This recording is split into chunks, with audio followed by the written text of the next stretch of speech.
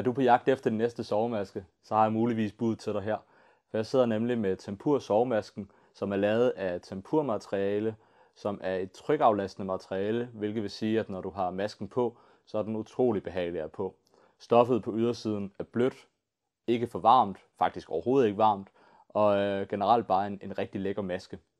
På bagsiden her, der kan man justere masken med et velcrobånd, så der kan man justere den efter behov. Og jeg vil sige, at for mig, der passer den, når jeg lige finder det rigtige spot, så sidder den bare så godt, den her maske her. På indersiden, i forhold til opbygning af masken, jamen der finder man nogle tempurbaner, som ligger under hvert øje. Det vil sige, at når du har den her maske på, jamen så ligger trykket altså under øjet, i stedet for fladt på hele ansigtet. Det vil sige, at du faktisk kan åbne øjet, det lyder lidt sjovt, når man siger det, men du kan åbne øjet, og så er der bare fuldstændig mørkt. Din øjenvipper rammer ikke på stoffet, og det samme gør dit øje heller ikke. Så det gør, at den er utrolig behagelig, og du ikke føler, at den trykker nogle underlige steder. Så det er altså en sovemaske, der helt klart er til at anbefale. Jeg har sovet med den i rigtig lang tid, og jeg kan både ligge på siden, jeg kan ligge på ryggen, uden nogen problemer. Og når jeg vågner op om morgenen, så har jeg altså stadig masken på.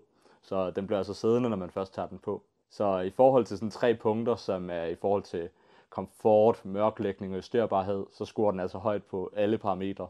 Jeg har ikke nogen klager i forhold til den her maske her, så den får altså min varmeste anbefaling herfra. Så hvis du godt kunne tænke dig den, så synes jeg helt klart, at du skal tjekke den her Tempur sovemaske ud. Så egentlig vil jeg bare sige held og lykke med jagten på din næste sovemaske, og når du kommer dertil, så må du sove godt.